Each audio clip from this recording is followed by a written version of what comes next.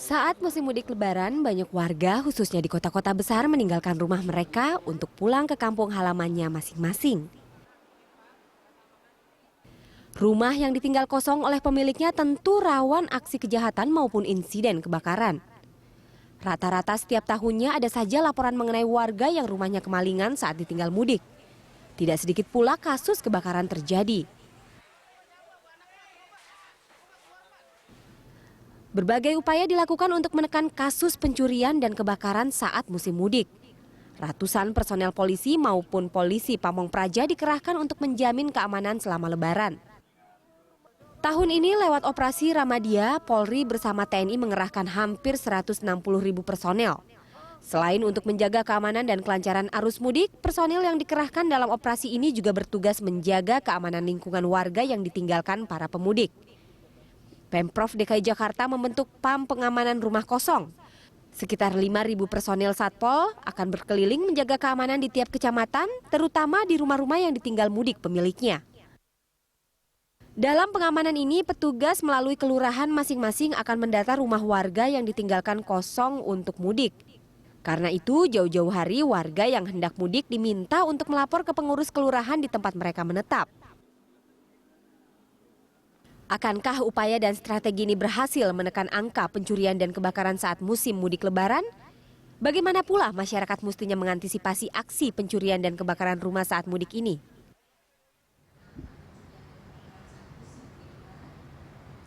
Ya, Jakarta sudah mulai sepi. Betul. Banyak sekali rumah-rumah yang sudah ditinggalkan oleh pemiliknya untuk melakukan perjalanan mudik. Dan kemudian supaya mudiknya merasa nyaman, harus ada langkah-langkah yang dilakukan supaya memang keamanannya terjamin gitu Betul ya. sekali, dan kita akan langsung membahas mengenai masalah ini dengan Kepala Bagian Penerangan Umum Polri, Kombes Pol Martinus Sitompul. Selamat siang Pak Martinus. Selamat siang, Mbak. Terima kasih telah bersama kami di Max Coffee kali ini, dan juga ada penyedia dari jasa pengamanan, ada Ibu Melisiana Kriwandi.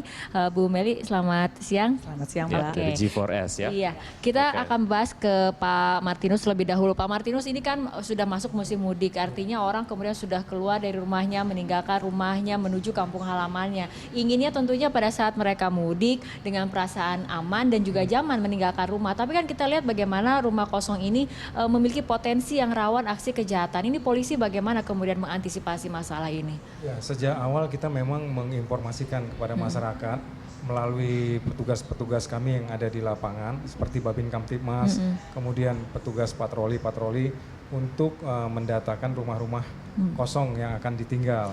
Data itu penting bagi kami supaya kami bisa berkomunikasi dan menjadikan target rumah-rumah kosong itu menjadi target patroli, target pengawasan kami. Ini pendataan mulai dari kapan dan sistem pendataannya seperti apa Pak Martinus? Yang ada dua dilakukan. Pertama, bagi yang warga yang akan meninggalkan itu kemudian memberitahukan melalui RT RW atau melalui Satpam. Yang kedua ada yang langsung ke kepolisian, ke markas-markas polisi yang ada ya.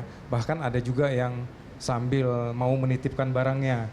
Nah, itu kita tampung. Artinya bisa kemudian masyarakat yang memang ingin langsung menitipkan ke misalnya ke polsek Iya. ataupun Bawa ke kunci Polres. rumahnya gitu atau seperti umumnya apa? kendaraan, ya kan? Oke. Misalnya mobil itu pun terbatas pada tempat ya yang ada. Ada kapasitas maksimalnya menampung berapa?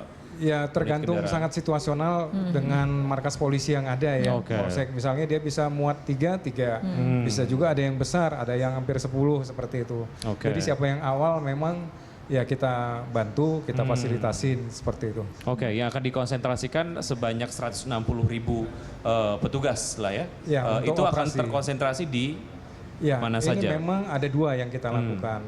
Pengamanan, keamanan, keselamatan, ketertiban lalu lintas. Erat kaitannya dengan kelancaran lalu lintas ya, arus mudik maupun balik. Yang kedua tentang antisipasi gangguan Kamtibmas. Dalam hal ini ya tindak pidana ya. Oke. Bagaimana supaya masyarakat itu juga terhindar dari pidana-pidana yang ada, kejahatan yang ada. Seperti contohnya satu rumah kosong ini.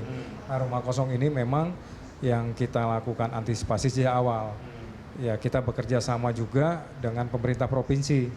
Bagaimana supaya bisa mengerahkan aparaturnya Ya. untuk mau Betul juga sekali. ya membantu pihak kepolisian bersama-sama lah. Oke. Oke. Ya, Bu Meli, terkait dengan upaya yang tadi sudah dilakukan oleh TNI dan juga Polri lah ya, dan juga ada upaya pengamanan yang juga diinisiasi oleh Pemprov Pemprov. DKI Jakarta untuk mengamankan Jakarta. Sejauh ini permintaan untuk tenaga keamanan sendiri seperti apa di tahun ini? Apakah ada kenaikannya atau mungkin menurun? Tiap kali kalau untuk arus mudik lebaran atau libur panjang selalu kita ada kenaikan. Jenis jasa kami ada dua, ada yang jasa yang organik, jadi ada satpam yang 24 jam nunggu rumahnya untuk 24 jam, dan ada juga jasa monitoring alarm. Jadi di rumahnya itu dipasangkan alat deteksi yang bisa memicu ke control room monitoring kita di kantor pusat kami di Cilandak. Ya. Oke. Jadi ada dua. Bisa apa namanya menggunakan jasad Ya. Orangnya gitu, Ya. ada yang juga bisa Secara menggunakan teknologi. sistemnya. Ya. Oke. Itu sistemnya nanti seperti apakah kemudian satu rumah memang akan ditempatkan misalnya untuk organik satu orang satpam untuk satu rumah, atau nanti kemudian di wilayah itu ada berapa kemudian dikonsentrasikan ataupun dikoordinasikan seperti itu? Biasanya satu rumah minimal satu, 24 jam. Nggak bisa satu satpam untuk beberapa rumah, kecuali mereka urunan. Tapi nanti nggak bisa maksimal.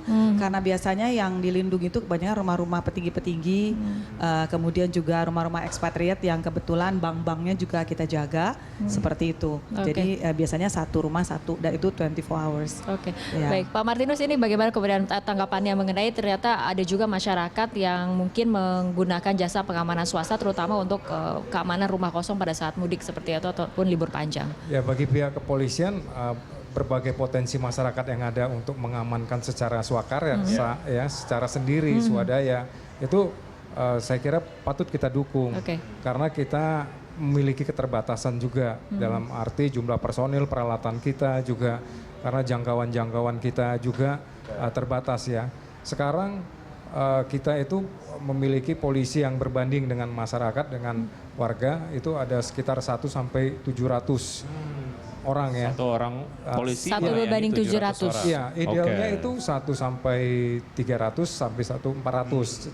Kalau dari PBB sendiri 1 banding 250 ya. Oke. Nah, kita masih 1 sampai 700. Bahkan di beberapa daerah ada yang juga 1 sampai banding 1000. Nah, dengan keterbatasan kita seperti ini, kita memandang bahwa potensi-potensi masyarakat yang dilakukan seperti yang dilakukan oleh Ibu ini bersama timnya, itu saya kira bagian dari Ya.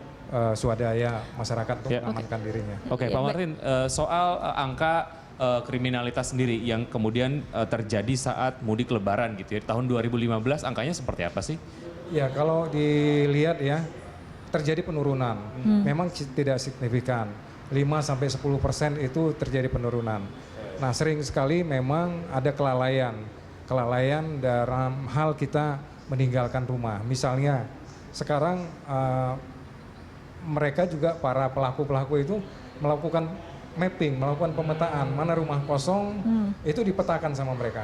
Nah, seringkali rumah kosong itu nyala terus. Iya. Ya, padahal sekarang ada lampu yang solar cell ya. Pada saat malam saja dia nyala. Oke. Nah, itu kan indikasi-indikasi bahwa bagi para pelaku kejahatan itu mereka mapping ini rumah Oke. kosong. Nah, Pak Martin, Iya. terkait dengan mapping ini, saya kemarin sempat mendapatkan broadcast message yang bilang bahwa jika di tembok rumah Anda ada tulisan-tulisan asing yang menggunakan cat, itu sebaiknya secepatnya dihilangkan karena itu bisa saja marking ataupun penandaan yang dilakukan oleh sekomplot Komplotan.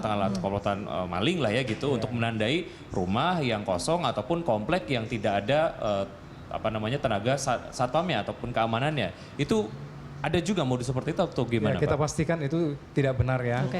Itu memang broadcast yang tidak pas dan tidak bertanggung jawab menurut saya. Baik. Ya baik Pak Martinus, terkait mengenai mapping, jika kemudian pelaku bisa membuat mapping mana saja rumah yang kosong, apakah kemudian dari polisi juga membuat mapping komplotan pencurian khusus spesialis rumah kosong ini biasanya beroperasi di daerah mana saja seperti itu? Iya, perumahan-perumahan itu memang menjadi sasaran mereka ya. Dan tentu berdasarkan pengalaman-pengalaman kita, pelaku-pelakunya memang orangnya itu saja Oke. gitu ya. Ada yang ketangkap, nanti ada keluarganya, ada bagian-bagian Residivis temannya, lah ya. ya. Itu jadi kelompok-kelompok itu. Nah tentu kita juga memapping mereka, kemana Oke. pergerakan mereka, apakah mereka ikut mudik atau tidak kan gitu. Baik. Kalau kita lihat ini kan kemudian kemarin polisi dari Bogor dan juga Depok sudah kemudian berhasil meringkus ada komplotan pencuri memang rumah kosong seperti itu. Itu juga memang komplotannya juga kalau dilihat dari kasus-kasus sebelumnya juga sama seperti itu Pak Martinus? Iya sama, kalau jadi 1-2 orang itu selalu mencari orang baru, yang orang baru ini juga belajar lagi, dia mempunyai wilayah-wilayah mereka itu juga Oke. masing-masing. Iya, seperti itu. iya, baik. Oke, lebih menarik lagi kita akan kemudian lanjutkan usai jeda. Kami akan segera kembali di Landstalk, tetap di tempat Anda.